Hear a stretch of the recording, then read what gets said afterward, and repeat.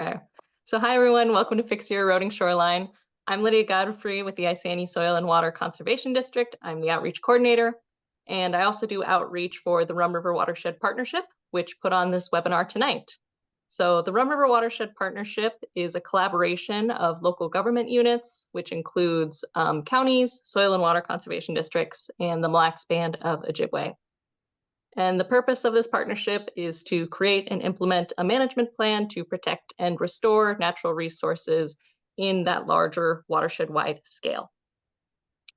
The Mille Lacs Soil and Water Conservation District is a part of this partnership, and tonight Lynn Gallice with the Mille Lacs SWCD is going to present for us. She's going to talk to us all about how we can fix erosion happening on our lake or river property. If you have any questions, feel free to unmute yourself during it. Otherwise, you can put them in the chat and I'll be monitoring that. And we should probably have some time at the end for questions too. So without further ado, Lynn, you can go ahead and take it away. All right, I will try to go through this in a timely manner. And like she says, if you have any questions, put them in the chat and we'll see if we can address them on the way.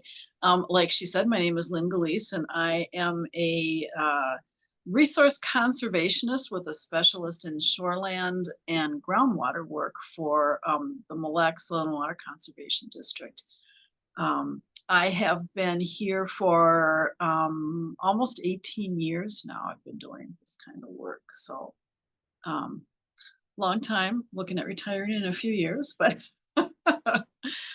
I do love this kind of work. And I have had quite a bit of experience in doing different types of shoreland projects, and that's what we're going to talk about today.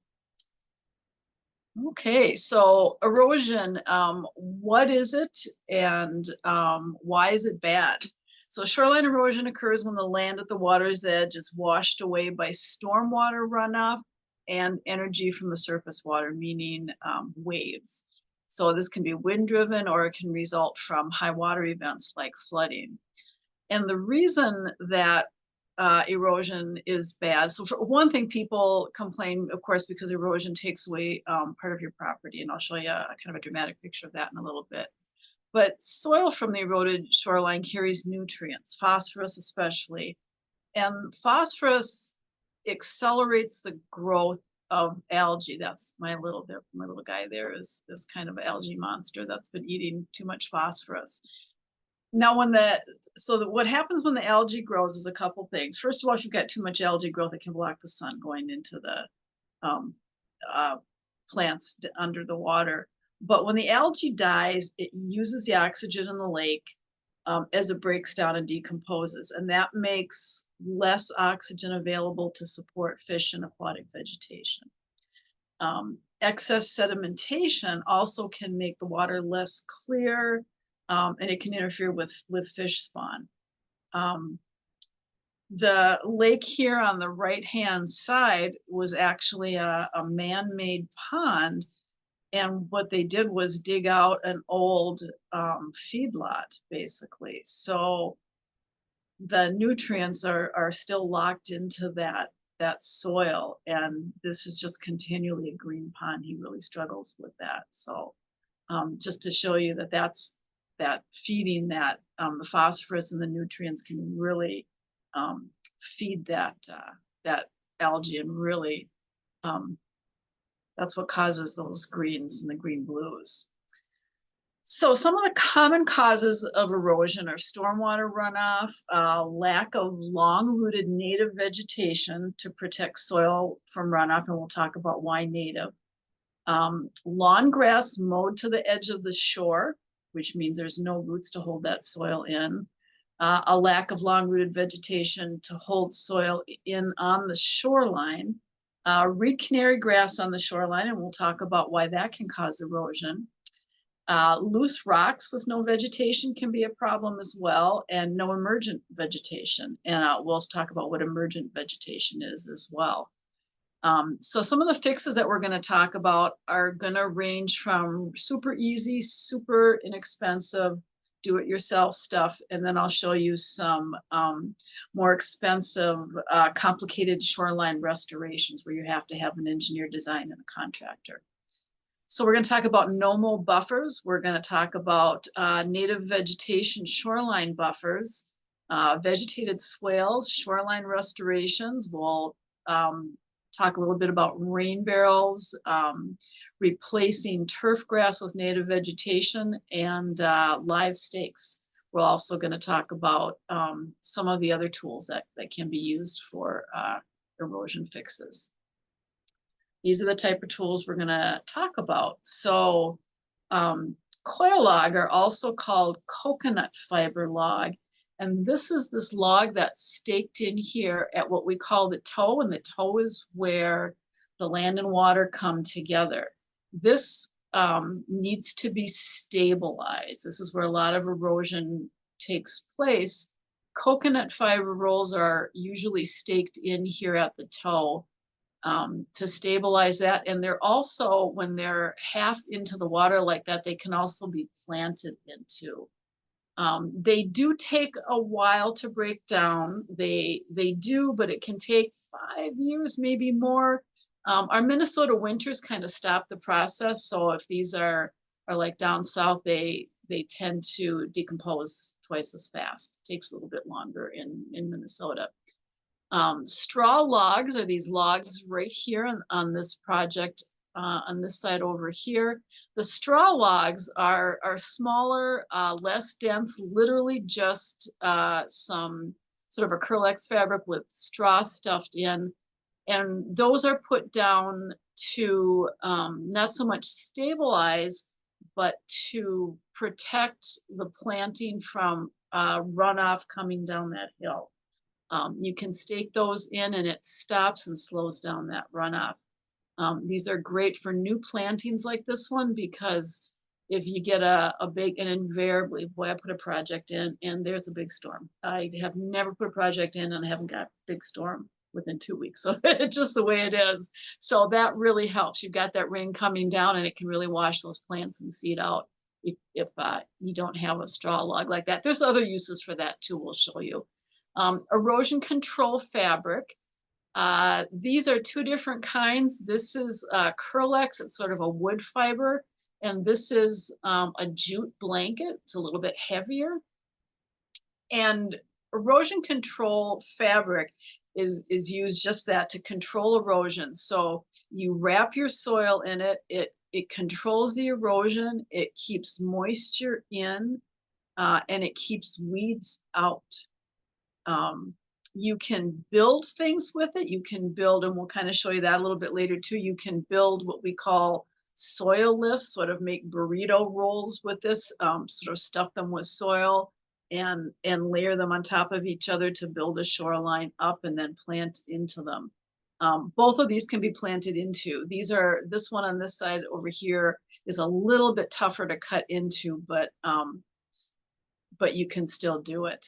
This is what we call a fascine. Sometimes they're called live fascines if they're expected to grow. These are willow twigs that are cut, or branches, I guess would be a better word. So they're cut and then wrapped and then wrapped together. So a lot of times you can get, one that's like 10, 12 feet long. Usually you need some help for that, but these are also an erosion control measure and a stabilization measure. There's a little bit of a trench here and they're staked into that trench. If water were to come up over them and sediment comes up over them, they tend to grab that sediment and build your soil back up again. But they also protect it real well from erosion again coming down here. It's gonna slow that runoff coming down here before it gets down to the toe there. There's a couple other uses for those too. You can build those to use as wave breaks, and we'll see some pictures of that.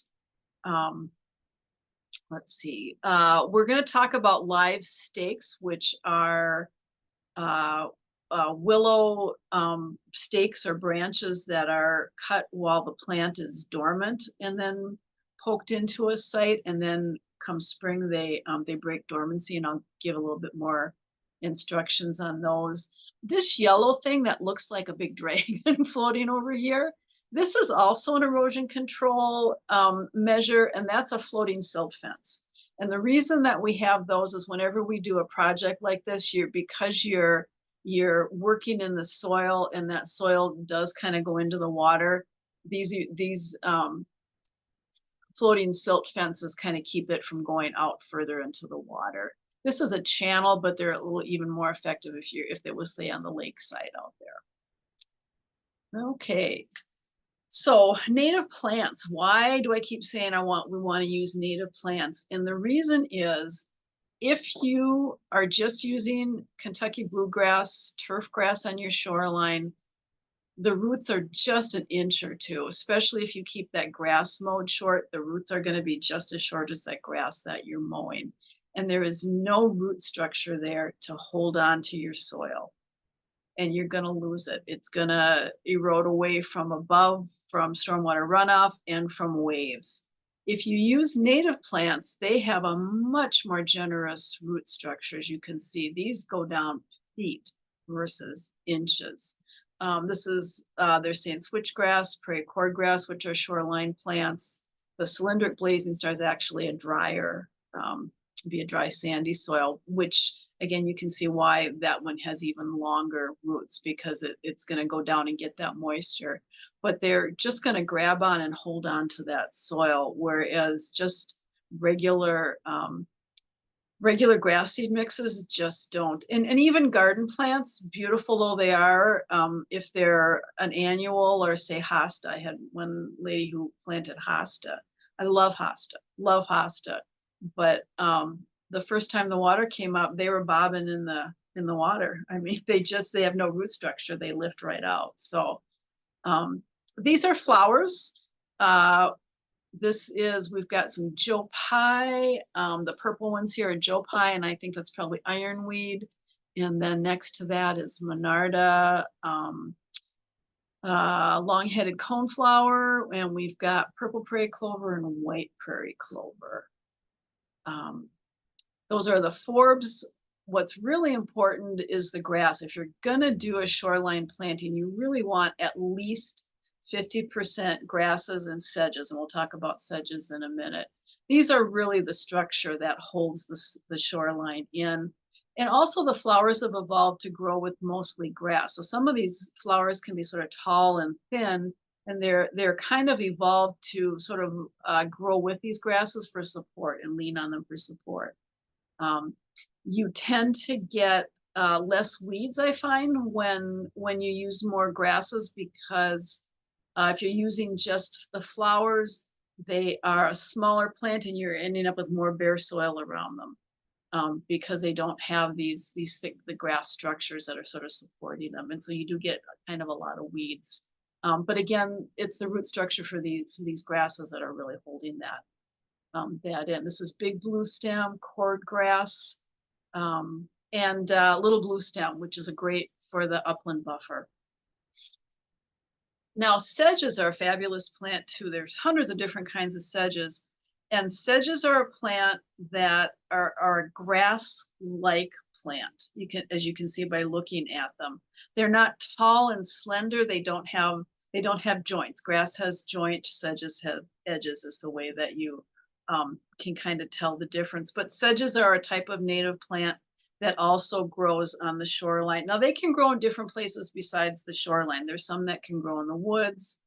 There's just all kinds of them, but they just do a tremendous job of holding the shoreline in, and they're beautiful plants as well. Great for weed control. I mean, this is just, and you do get this one is a really nice sedge planting, but you're not seeing any weeds coming up in there, which is great.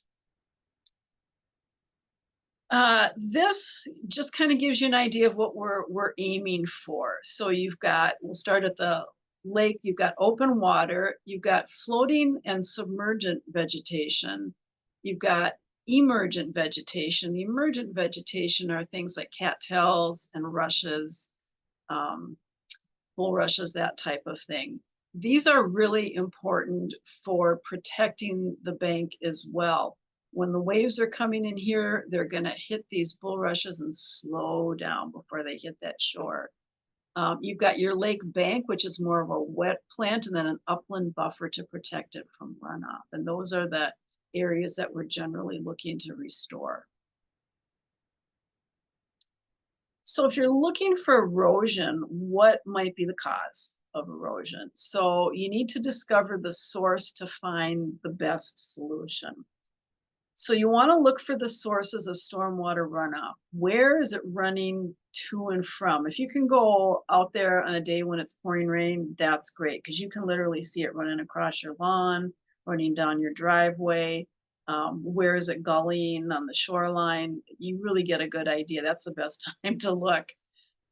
Most erosion's coming from wave and water energy from the lake and river, but a lot of it is still coming from stormwater erosion over the top. So you've got this mowed grass here, and it's coming down, and it's just eroding this area right here on the top of the rocks.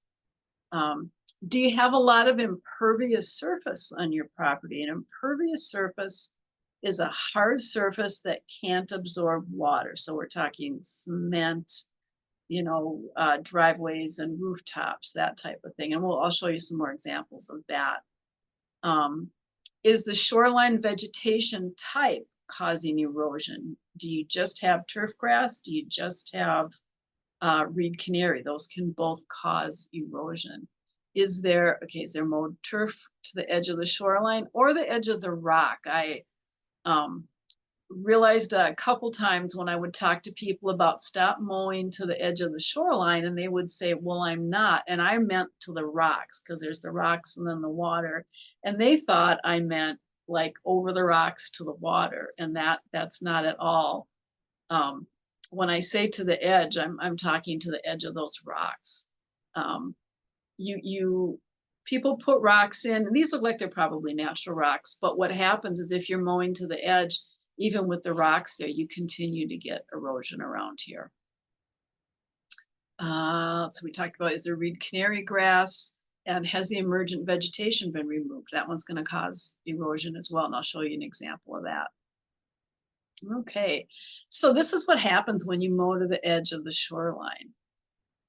And this is generally the #1 cause that I see on riverbanks and lake shores that causes erosion. There's just nothing to hold that bank there. And if you mow right to the edge like that, it's just going to continue to erode back. I mean, this probably, started up here at one point, and you lost all of this. We fixed this. I'll show you that later on, but we were able to fix it. Here's the example I wanted to show you. This is kind of a cool picture. So where this gentleman is standing, that has, you can't tell right now because it's late in the fall, but that's got native vegetation. It's got long-rooted vegetation that's holding that shoreline in. This shore right here, beyond the pink flamingos there, used to be all the way out to here. It took about 5 years of mowing all the way to the edge and dumping on the edge like that. No vegetation, and the shoreline just eroded back about that far. So it really can be pretty dramatic. So the first fix that we're going to talk about is a no-mow, what we call a no-mow buffer. This is the absolute easiest and least expensive, because it really just means you stop mowing. That's all you have to do. That is the basic, easiest thing you can do that will do you some good. Now, you won't have quite the root structure, but you're still going to have longer roots. And what you're going to have is, because these grasses are taller, they're going to slow that runoff water down as it comes down. Usually, if it's a lake, you're on a slope. So as the water comes down from, say, your house or your driveway, runs to that lake, it's going to stop and slow down and be absorbed by these no-mow buffers. That's going to protect it quite a bit. And again, the easiest thing you can do is just stop mowing it. I mean, the less you have to. I always marvel at people that, they go up to their cabins for the weekend and they spend the whole time mowing. And there's so many ways we can do things like this that, they can still enjoy the lake, but not spend the whole time mowing and do some good. This also creates habitat. You do have some flowers popping up. You might be surprised at what comes up. You might have some native flowers and grasses and things popping up. You can also add natives to this. If you have a no-mow buffer and you decide, you know, I think maybe I want to add some pollinators in there. I'd like some wildflowers in there. You know, you can order or go to, you know, Minnesota Native Landscapes or Prairie Restorations or a lot of those different native plant stores, and you know, get a 6-pack of you know, purple prairie clover or something like that and pop it in, and you can do as much or as little as you want, because this can be a big project, but it's kind of fun to get, say, a 6-pack and pop them in for the weekend, and something else a little bit later. Let's see. A tip is that erosion protection is a lot easier and cheaper than shoreline restoration. This is absolutely free. I mean, you don't have to even put natives in, or you can get natives from a friend, get seeds from a friend. There's a lot of different events around that will let you come and harvest native seeds. Page Township in Mille Lacs County has beautiful native plantings, and in the fall they sponsor a day where you can come and pick seed. So a lot of different ways that you can do that. This is another beautiful no-mow buffer. This was really a nice one. I thought it turned out really well.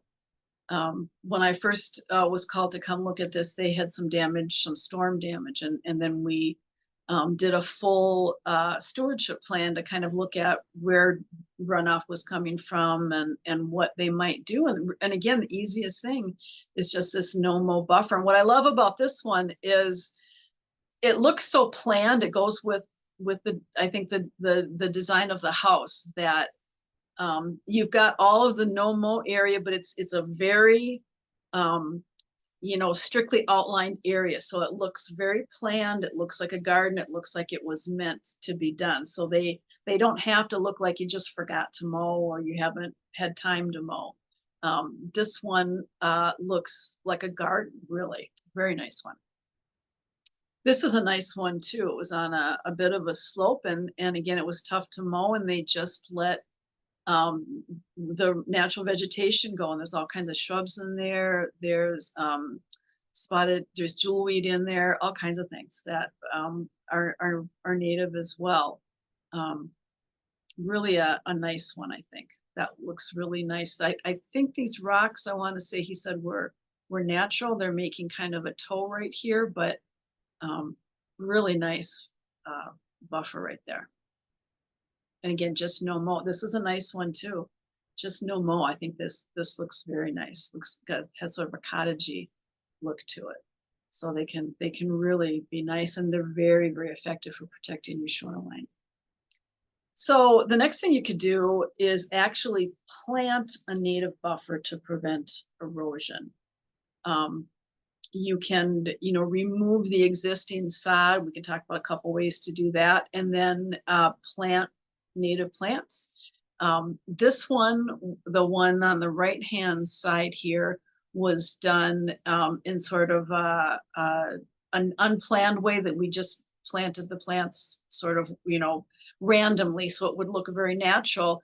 But this person over here was a big time gardener, and she wanted something that looked, it looks almost sculptural. She planned where each plant was going to go. Again, very effective because they're all native plants. She's got that long root system protecting her shore. She's got it protected from runoff, but just beautiful. This is later in the fall when these grasses are turning color, and it's just beautiful. Very nice one. So if you wanted to do that, I'm going to go through the steps real quick.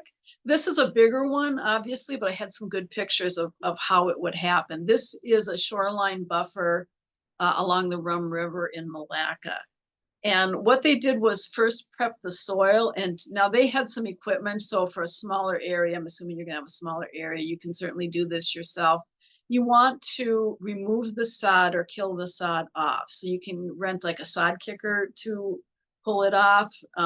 These people had some farm, it was a city, so they had some equipment farm equipment that they could come through and pull that turf out. But you can cover it. you know, with black plastic or cardboard. That works really well. I'll show you a really successful project that did that later on. A lot of different ways, but the point is you do need to have, it helps if you have bare soil to begin with and that you've gotten all the weeds out of there. And the next step is going through and spreading seed. This is native grass seed that he is spreading. I don't know if you can see it in his hand, but the reason he's doing it by hand is you can't do like one of those little crank ones like you would do lawn seed, because native grass seed is kind of light and poofy. So you would put that down, and then once you got the grass seed down, you're going to want to lightly rake it in, and then you can put flower seeds over top of that, and the flower seeds can sit on the top. I don't know how you guys recognize this. This is Ron Bowen, founder of Prairie Restorations. I don't know if anybody knows him, but anyway, he came out and did the project for me. It was very fun. I used to work at Prairie Restoration, so it was very fun to see him. It was nice that he came out. And this is Todd. This is Todd from Isanti. So if Todd's out there, he's Todd. The next step is covering it again with erosion control fabric. Now, this is a really flat area. Sometimes you just use maybe a clean little blue stem straw on a flat area, but this area tends to flood. And we also were concerned about weeds coming back. So we put down an erosion control fabric, because again, it's going to keep those weeds down. It will help protect that seed and hold it in place as well. And it's also going to keep it moist. It'll keep the moisture in there as well. Oh, and there's one of those straw logs right there to protect it from runoff.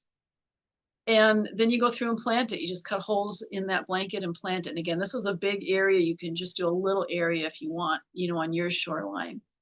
And then that's how it looks a few years later. It's really pretty, really a nice buffer. You can see this, there's sedges in here and grasses and flowers, shrubs on the shore. It was really, it turned out very nice. This is a project on Mille Lacs Lake, and this one is sort of similar in that the project was to turn this turf grass, take this out and put in native vegetation, because again, it's a kind of a steep slope. There's some slumping and erosion on the hill here where the runoff's coming down, and there was certainly some runoff here.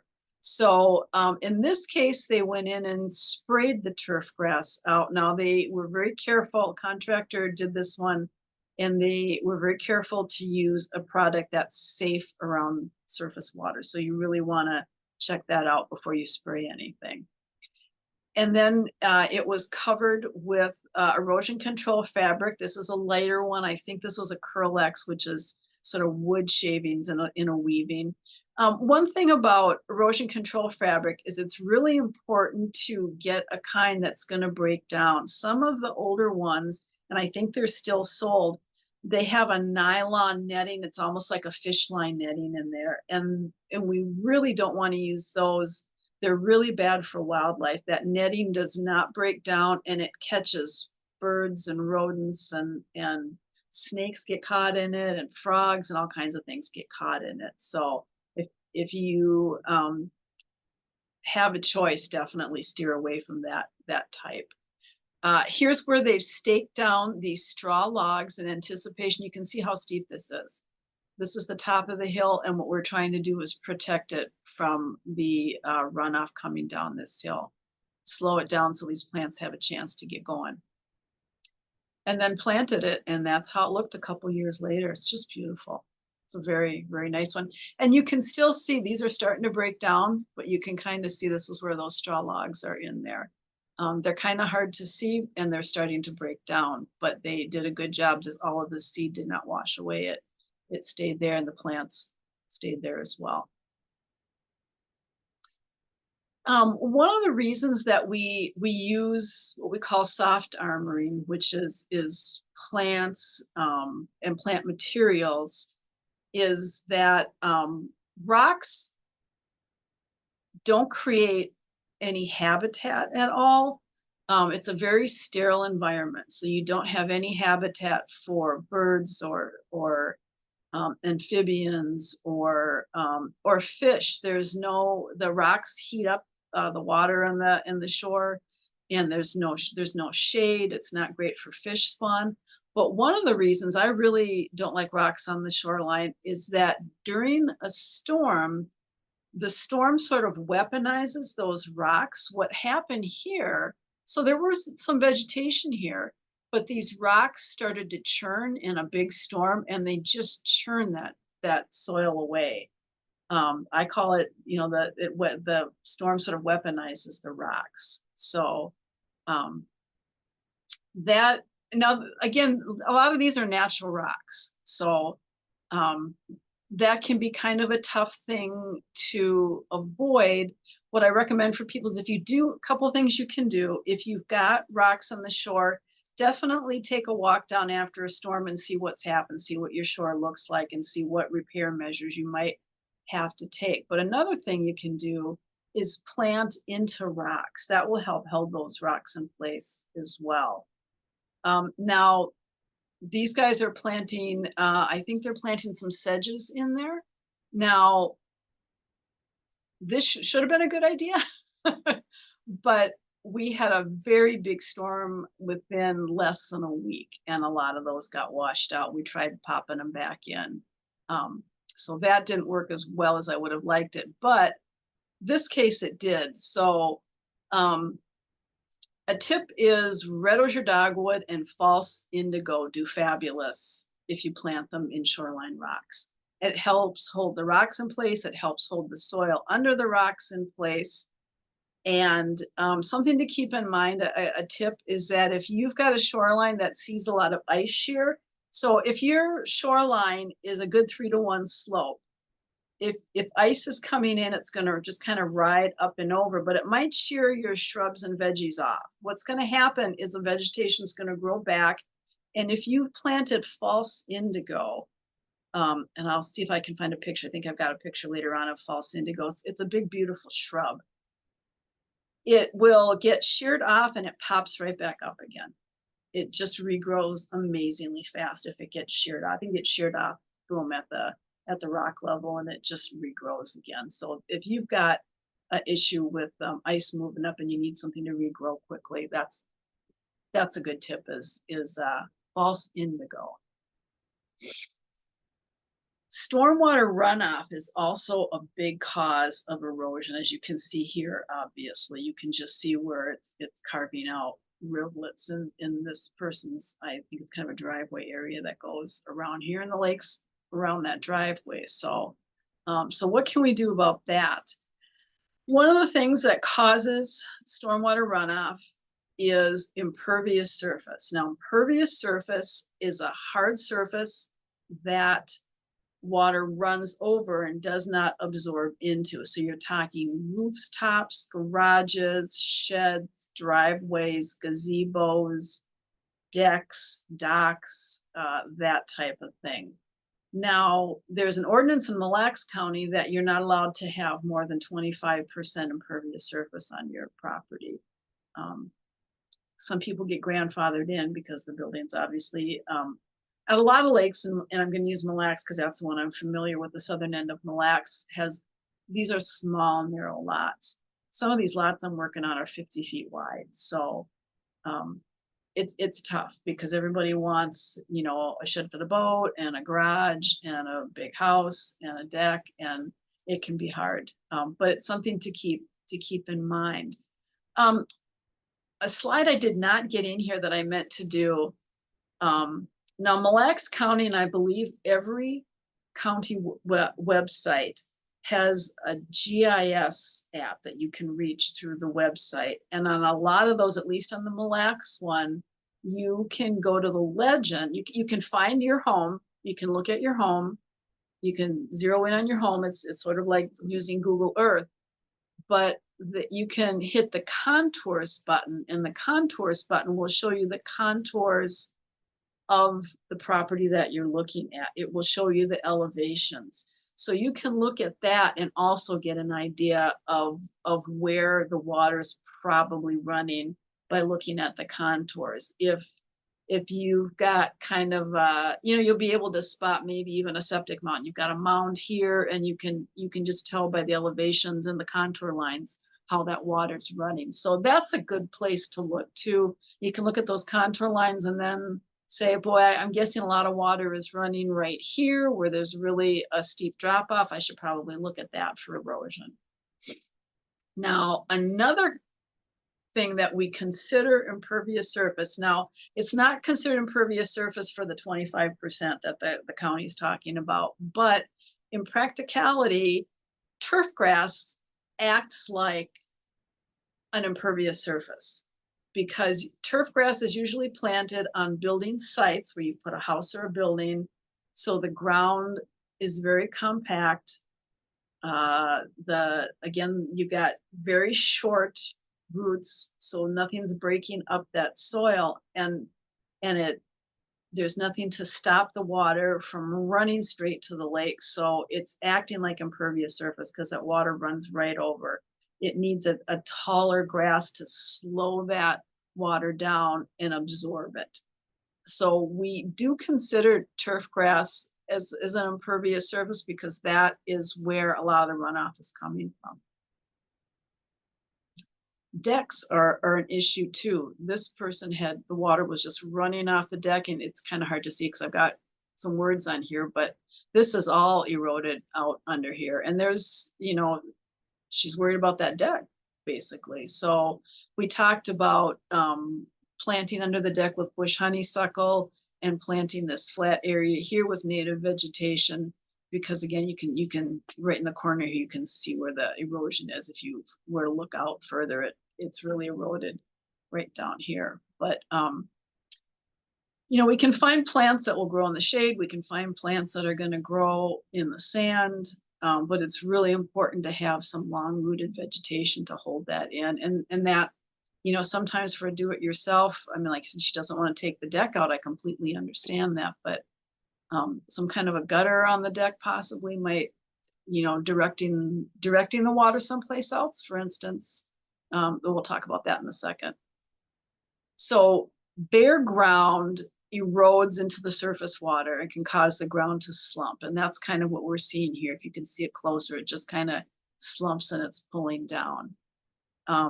One of the reasons that you get areas like this, now, obviously when water is hitting this, it's going to go right into the lake, and you can even tell where it's eroding because it's eroding these tree roots away. And the reason is, my tip for this is that turf grass does not grow well in the shade. It just doesn't. And it creates bare soil that's going to eventually erode from stormwater runoff. Even shade mixes, things that are labeled shade mix, they just tend to not grow very well because grass needs a lot of sun. Instead, you can plant something called Pennsylvania sedge with maybe some really short woodland wildflowers. This is Pennsylvania sedge down here. It's a sedge, but it's very small. It doesn't get super tall. You don't have to mow it. That's about as tall as it's going to get, is a few, inches like that. It just has this kind of silky look to it. Very nice. And that will cover this up. It will grow in the shade. It will grow in the dry shade. And we can get you a list of wildflowers that will grow in the dry shade too. You can put some geraniums in there and some columbine. It would be beautiful. But the point is, you've got to get those bare soils covered up. That's what's causing erosion. Straw log we talked about. This is kind of a close-up of that straw log that they've staked in at the top of that hill and then planted it. They're inexpensive and flexible, easy to handle. The coconut fiber logs get to be big and heavy, and these are really easy to use, so I like these. These have other uses. One of my landowners when we talk about slumping and erosion on the soil, but he didn't want to, go in and do a full start digging in there. So what he did, this is so clever. He took one of those straw logs and just filled in right there, and then put some native plants in there. I thought that was brilliant, and it's going to work really well for them. That will break down eventually, and the roots will go in there, and you'll probably never know it was there. That was a really clever idea. So these straw logs are, so they're super flexible and easy to use. So a vegetated swale is one of my favorite solutions to runoff. And what a vegetated swale is this was sort of a low area in their yard. They had a lot of runoff. And this through here is also a swale. When I say swale, it's sort of a dipped area, lower area right there. So she just quit mowing it. And this is what it looked like, because mowing it, it would fill with water, and it was eroding like crazy because it was coming from rooftop runoff. So what you can do is just stop mowing that, or you can plant these areas too, or you can even create a vegetated swale if you want to. But what happens is that you can direct your stormwater runoff from the gutter into something like this, and this vegetation is going to slow it down and absorb it. It recharges the groundwater, and it doesn't run into the lake. Rain barrels are also an option. This was a really cute one that one of my landowners used. This is a rain chain. The rain kind of comes down here. It looks really cool when it's doing that. And then it's got a hose here that makes it easy. She uses this to water the garden plants then. One of the problems with rain barrels is you have to have something to do with the water. So if you have lots of it's great for, if you've got hanging baskets and planters and that kind of thing, that's a great way to collect that runoff as well. Or you can collect it in the rain barrel and then direct it into a vegetated swale like that. And again, with this swale, she just let it go, but she can go in there and put some beautiful tall purple Joe Pye in there and some white bone set and some latris. It would be just gorgeous. So there's lots of things you can do to add native plants to that as well. This kind of gives you an idea of the energy that comes off of your roof. This water's coming off of only half of the roof on a very small house. But this is when it comes out, that's what it looks like. It just digs right into the ground like that. So you can see the energy even coming off of the gutter. So how we solved this one was we hardened the surface where the water was coming off. These were actually leftover flagstones from a building that used to sit on the property. And then we planted around like crazy. There is, it's kind of hard to see, but in here, there is a little bit of a swale as well. We've got some runoff coming over from this side of the house. Under the ground here, there's a pipe, and it kind of outlets right here into a lower area swale. But this was all planted. And once we hardened that surface and then planted it, it's all native plants and grasses. It's just beautiful. Now she does have a little bit of reed canary in there, and she's dealing with some weeds, but for the most part, it's very nice, very pretty, very full, and took care of all that erosion. So I'm going to talk a little bit about rain gardens. So rain gardens definitely absorb stormwater runoff.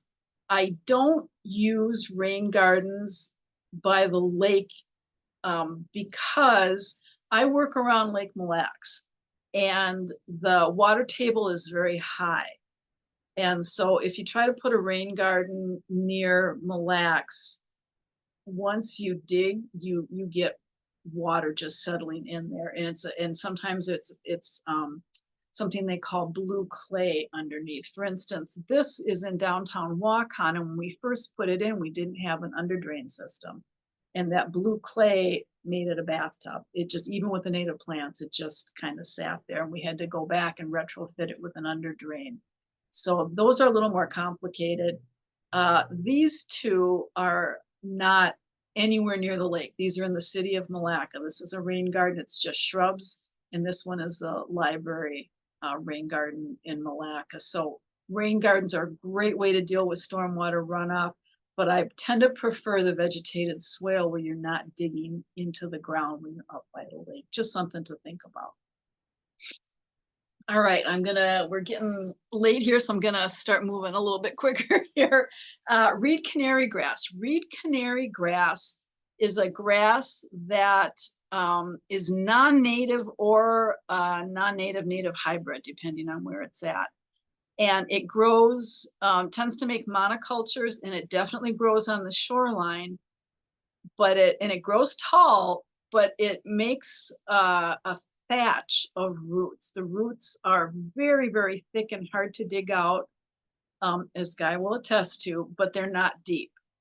And so what happens is if you've got reed canary, the water undercuts these roots because they're thick right here, but they're not deep. And so when the river comes up, it undercuts it, and then you get big chunks falling in.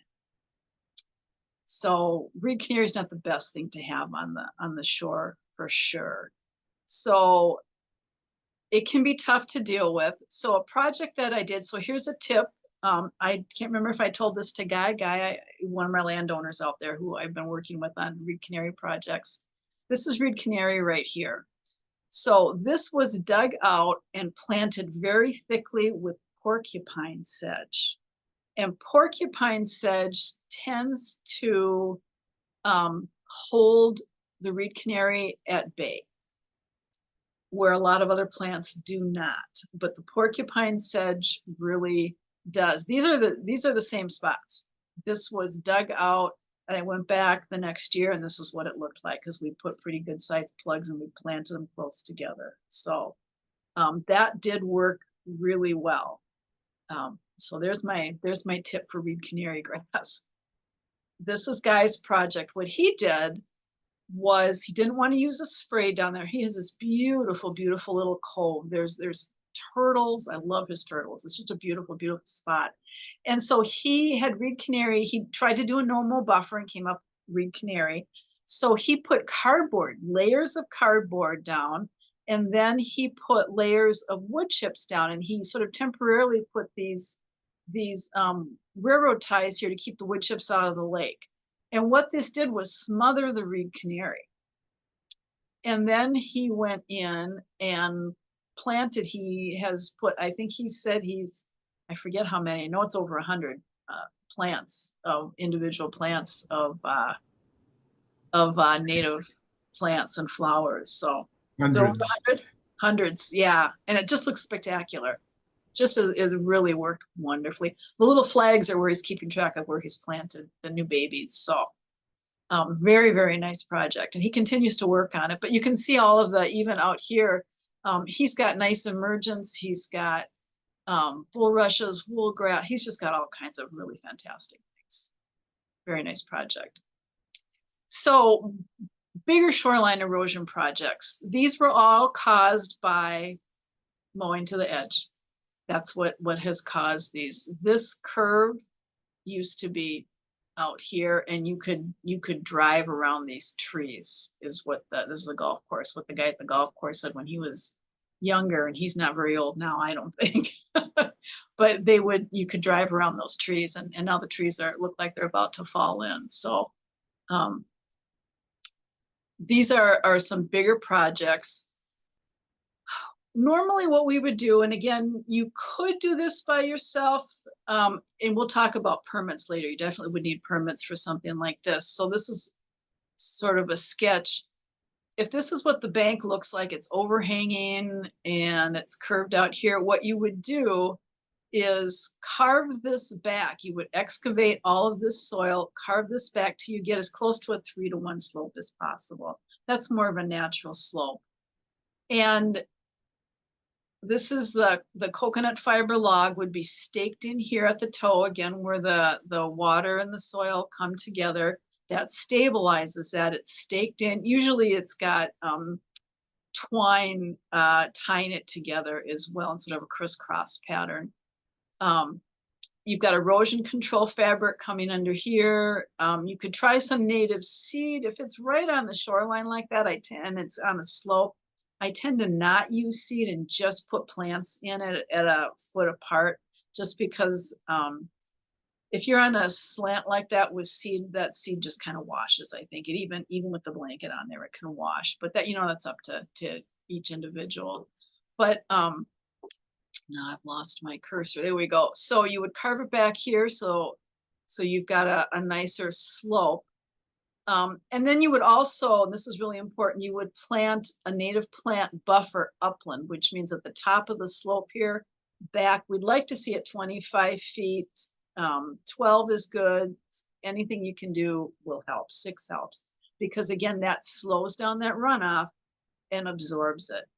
And I think one of the things I forgot to mention is it's one of the reasons those plants absorb so well. So they do have those roots that go deep down into the ground. And what they're doing is making channels into the soil. So even when because the roots are continually dying and putting new roots out and dying and putting new roots out. And when they do, they leave those channels in the soil. And that's how that water gets absorbed. It stops and it gets a chance to soak in.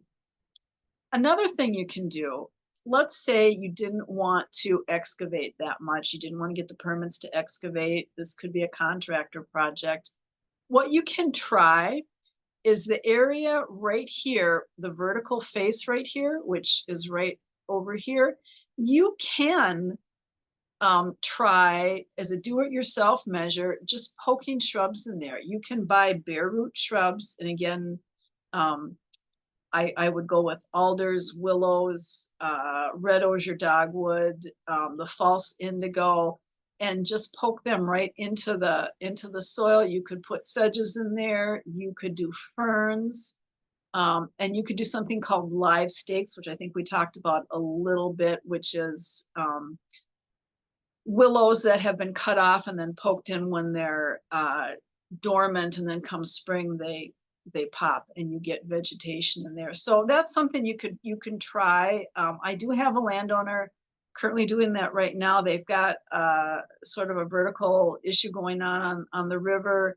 They're not ready to commit to a big cost share project and the whole bit. They said they first wanted to give the live stakes a try. So they're going to give that a try, see if that works enough to hold the bank in. And also planting up here, planting a buffer would be essential. At the very least, let it do a normal buffer.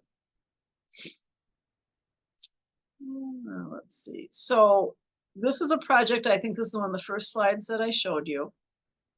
Again, mowing to the edge. So what we did to fix this is sort of a version of a Rosgan tow-wood structure, sort of a burrito lift. You've got a foundation log. You've got tree woads or tree carcasses, basically, poked in. This is the root end facing downstream, poked into the bank, brushes piled across that, and soil is piled on that. And basically you end up layering brush and soil, fabric cuttings, and planting on top of it, until you've basically created new shorelines. So this is what it looked like. The next landowner that had it thought she would solve the problem by dumping rocks in it. Do not do that. That's how we got called in again, because that's a no-no. She got slapped by the DNR, but they said, if you're willing to work with the SWCD, then that's great. So what we did was the project that I just was showing you the diagrams of. Here they're poking those tree carcasses into the bank, and then they're layering those over. There's one cantilevered underneath there that you can't see. They built a cofferdam, basically, is what they did to be able to work in there temporarily. All kinds of permits to do this type of a project. Layer the brush on top of it. And basically they're layering brush and fabric and brush and putting the soil. They dug out that island, put lots of soil on there. And what they've done here is these are dormant twigs. You can see the red for red osier dogwood, willows and alders. And those are pointing out, in addition to, they'll also absorb some of the energy of the river, and hopefully those will pop and start to grow.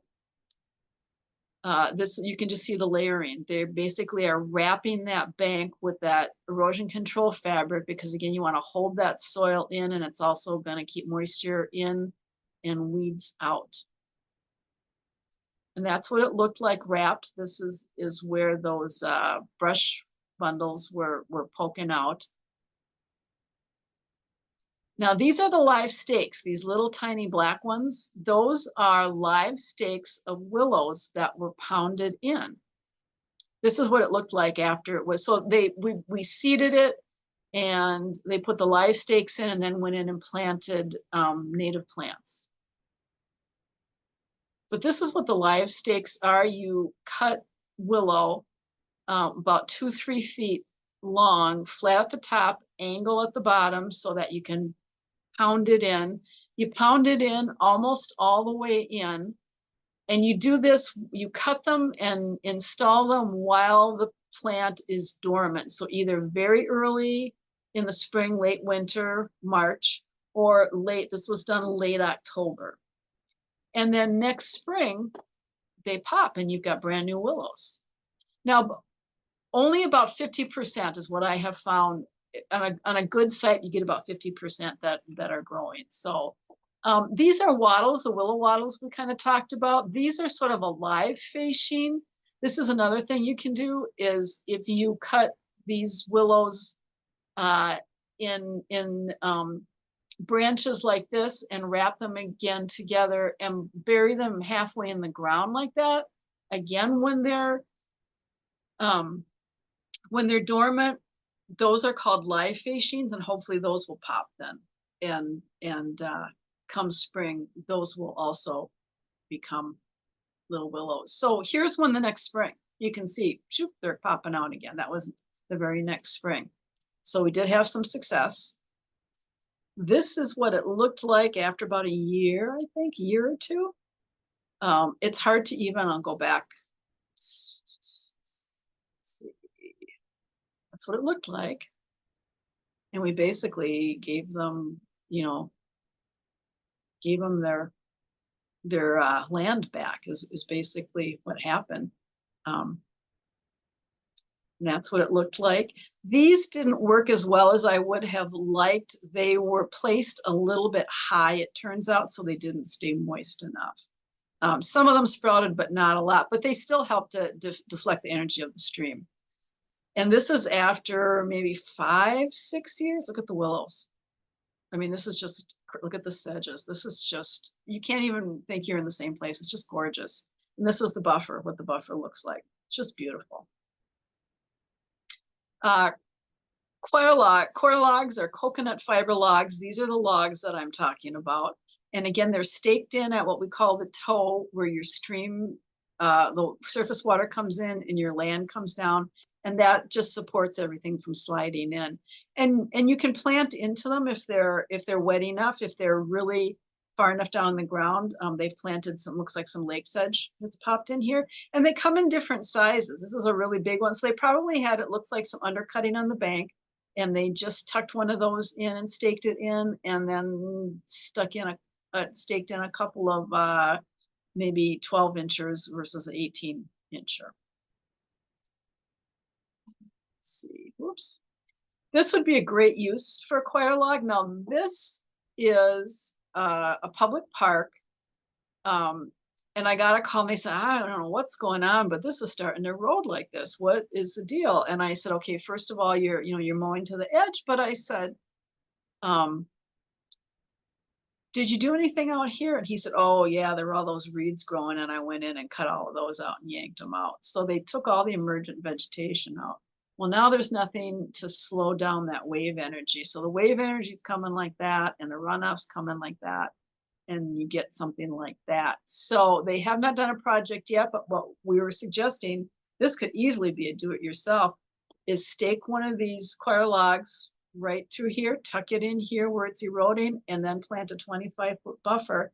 And I realize this is a public lake access, but you can leave paths, access points through a buffer. It doesn't all have to be buffer. you can say, okay, I'm going to leave a 3-foot path right here and maybe another one over there so people have access to the lake. So a lot of ways to do that. This is a really nice example too. This is either from I think it's from the DNR, but I think I got some of the pictures through the Anoka Conservation District. Same thing, erosion. They've tucked in one of these coconut fiber logs they've planted, and this is what you get in a couple of years. And you can see how they protect against the wave energy coming in. A tip on that, Crow Wing SWCD has a YouTube channel, and they have a great video on how to install these. So, in fact, this was just a still shot from their video. So there's a tip. Another tip is do not remove ice ridges. And what an ice ridge is soil that has naturally been pushed into sort of a berm from ice moving from the lake. These create protection for the lake because they act like a berm. So if you've got runoff coming down here, it's going to stop right here. It's not going into the lake, and it's great to let this grow.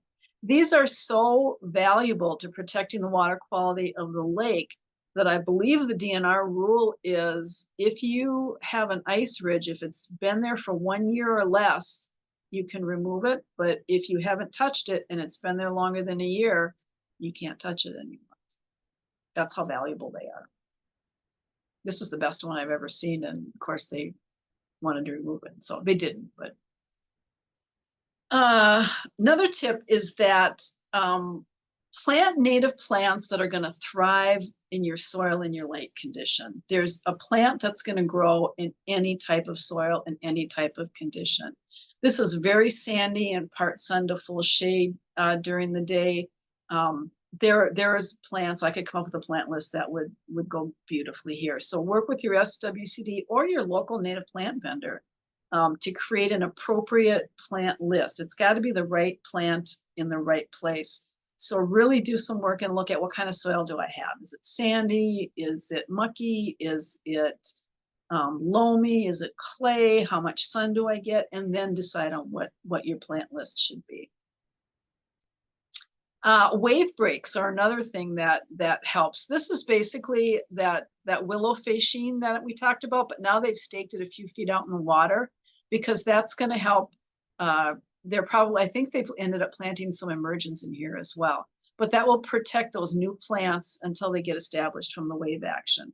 So if you've got emergence here or shoreline plants, this is a really good idea to kind of slow that wave energy down.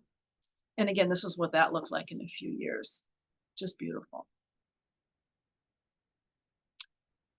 So don't remove the emergent and aquatic native vegetation.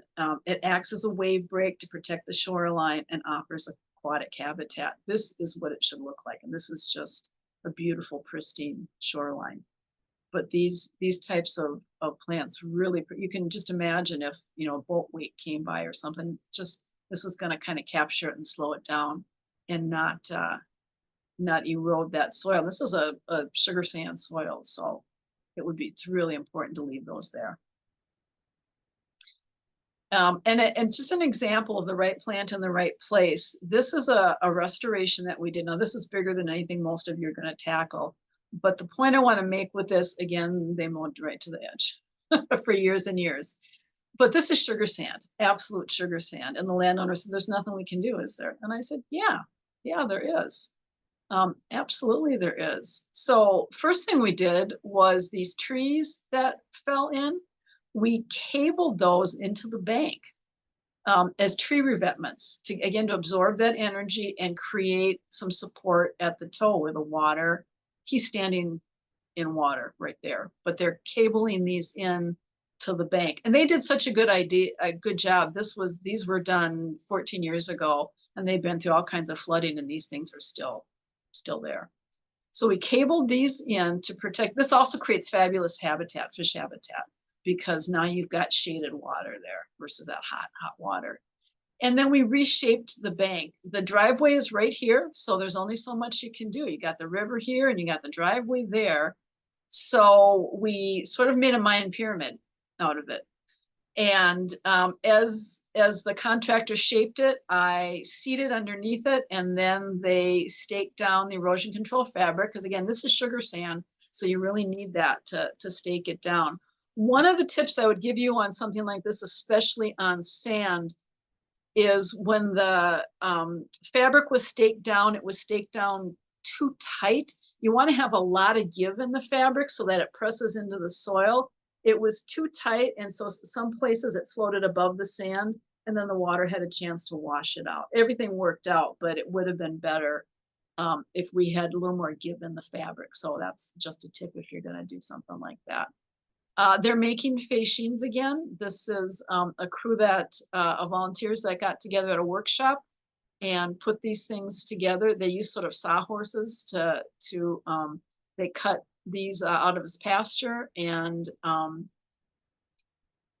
you can see the twine here, basically just tied them all together till you've got these long bundles that go in along here. And basically what that does is, again, it stabilizes it, but also what happened is over the years, when this has flooded, these collect soil. Instead of the soil eroding into the river, these have actually collected soil. So these are actually buried right now. You can't even see them anymore because they've collected soil, and then plants have grown over top of them.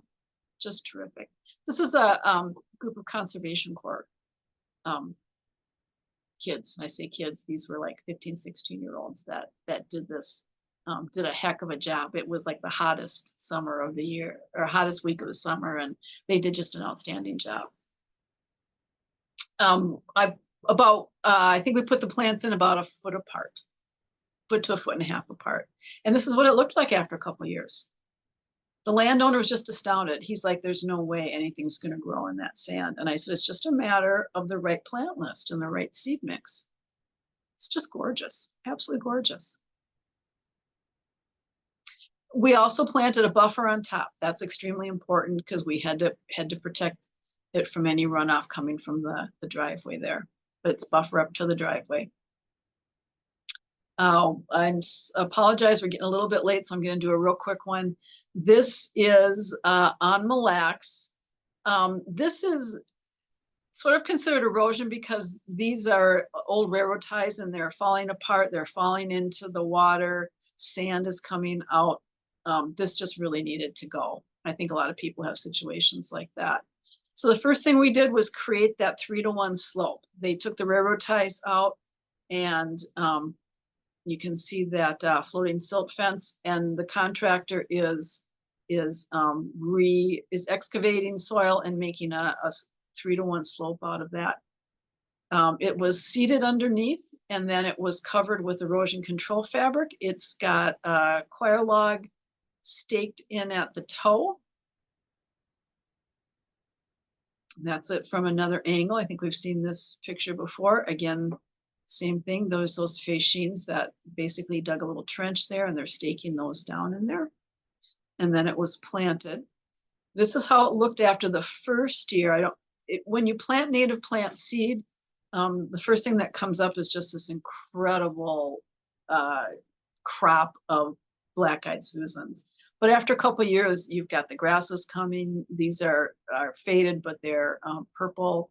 Monarda, just all kinds of things. I don't know if you can see some of these bushes along in here are the false indigo.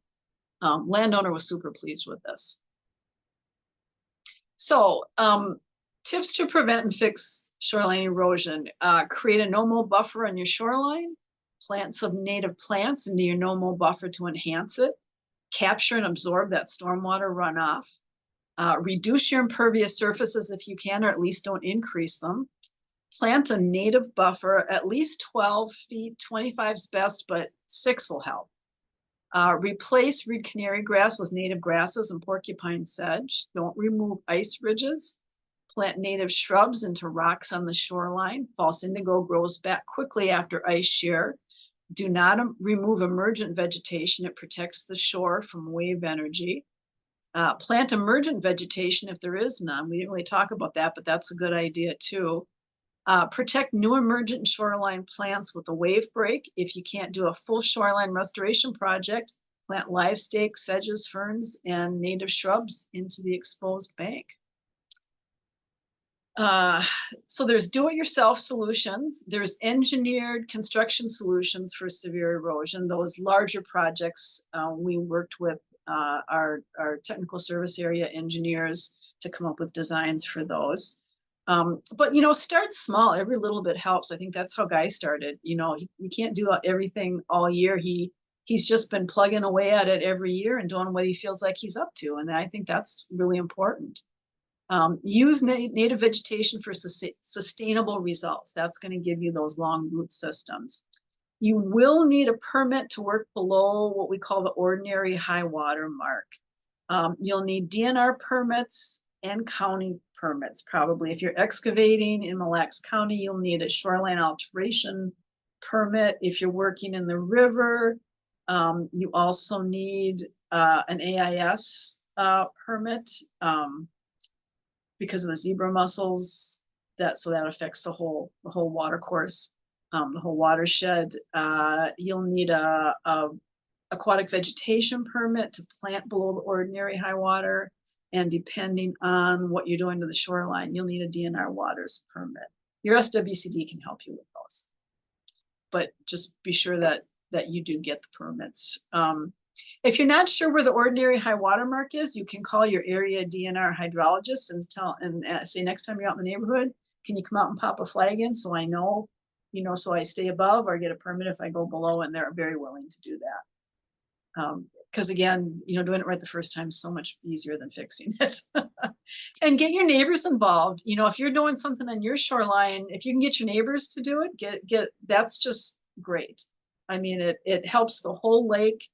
They're going to be interested in what you're doing if you can work together. This was a bunch of neighbors that got together to work right here. I mean, this is a very cool project. So, and that's it. Again, I'm Lynn Gallice, shoreline conservationist. This is my contact information. If anybody's got any questions, definitely give me a call. Or if you got pictures you want me to look at, I love that. Send me pictures.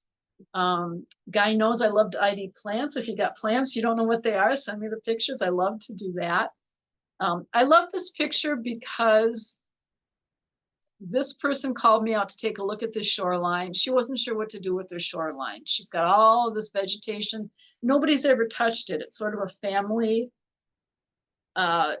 parcel. There's a cabin way in there, an old cabin, but nobody's done any work along the beach, and she wants to know what could she do to make it better. And I said, absolutely nothing. This is what we want. This is, oops, I lost it. Here we go.